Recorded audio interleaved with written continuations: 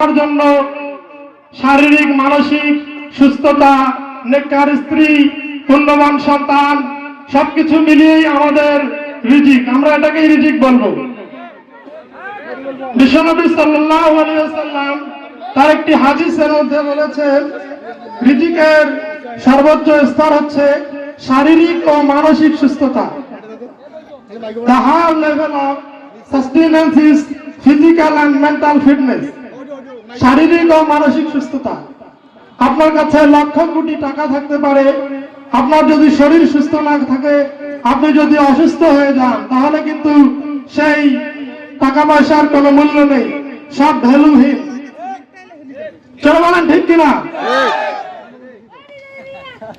আপনার শারীরিক এবং মানসিক সুস্থতাটা নবীজি বলেছেন যে হাইয়ার লেভেল, অর্থাৎ সর্বোচ্চ স্তর। নবীজি বলেছেন যে মানুষ দুইটি জিনিসের মূল্য দিতে চায় না, একটা হচ্ছে সুস্বাস্থ্য এবং আরেকটা হচ্ছে অবসর। আমরা যখন অসুস্থ হয়ে যাই তখন বুঝি যে আমাদের স্বাস্থ্যের কত মূল্য। আমরা যখন সুস্থ ছিলাম,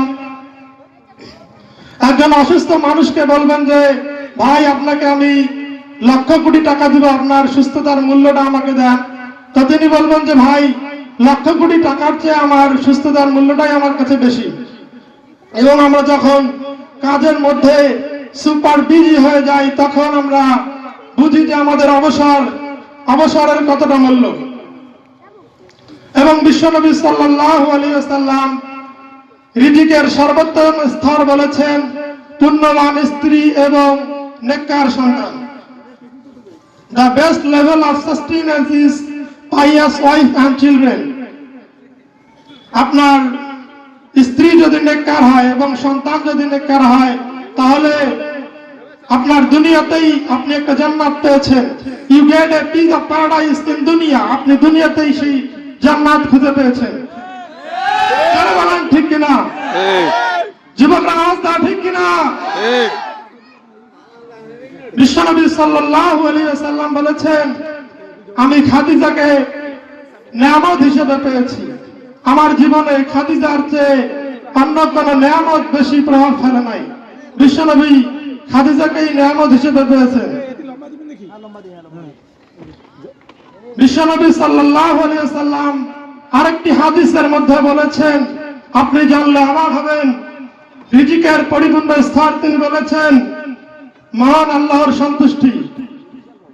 মহান আল্লাহর সন্তুষ্টি হচ্ছে রিজিকের পরিপূর্ণ স্তর। আমার আল্লাহ যদি সন্তুষ্ট হয়ে যায় তাহলে পৃথিবীর কোনো কিছুই আমার দরকার নাই। আমার আল্লাহ তাআলা যদি আমার উপর সন্তুষ্ট হয়ে যায়, তাই কোরআনে বলা হয়েছে যে ইরজিই ইলা রাব্বিকি রাদিয়াতাম মারদিয়া ফাদখুলি ফি ইবাদি ওয়াদখুলি জান্নাতি। হে প্রশান্ত আত্মা, তোমার রবের দিকে প্রত্যাবর্তন করো এবং তুমি যে ইবাদত করেছো সেই ইবাদতের কারণে জান্নাতে প্রবেশ করো। সুবহানাল্লাহ। সবাই বলেন সুবহানাল্লাহ। সুবহানাল্লাহ। তো ভাই, এক বছর আগে আমাদের আল্লামা সাঈদী মৃত্যুবরণ করেছিলেন। জালিমের কারাগারে তিনি 12টি বছর তাকে বন্দী করা হয়েছিল। আল্লাহ তাআলা ওনাকে জান্নাত দান করুক। ওনার মৃত্যুটা দেখেই আমরা বুঝতে পারি আল্লাহ তাআলা ওনার উপর সন্তুষ্ট হয়েছেন। বলেন সুবহানাল্লাহ। সুবহানাল্লাহ। পৃথিবীর নর্থ ওয়েস্ট ইস্ট থেকে যত পৃথিবীর জায়গা ছিল, কাবা শরীফের গিলাফ ধরে ওনার জন্য কান্না করা হয়েছিল। বলে সুবহানাল্লাহ। ওনার মৃত্যুতে আল্লাহ তাআলা সন্তুষ্ট হয়েছেন, এতটুকু বোঝার জন্য এইটুকুই যথেষ্ট। রিজিকের কল্যাণকর স্তর হচ্ছে জ্ঞান, হিকমা। কল্যাণকর স্তর নবীজি সাল্লাল্লাহু আলাইহি ওয়াসাল্লাম বলেছেন রিজিকের কল্যাণকর স্তর হচ্ছে হিকমা। আপনার যখন নলেজ এন্ড কমন সেন্স এক হয়ে যাবে তখন আপনার হিকমা বা জ্ঞান রিফ্লেক্ট করবে। আই রিপিট, নলেজ এবং কমন সেন্স আপনার যখন এক হয়ে যাবে তখন আপনার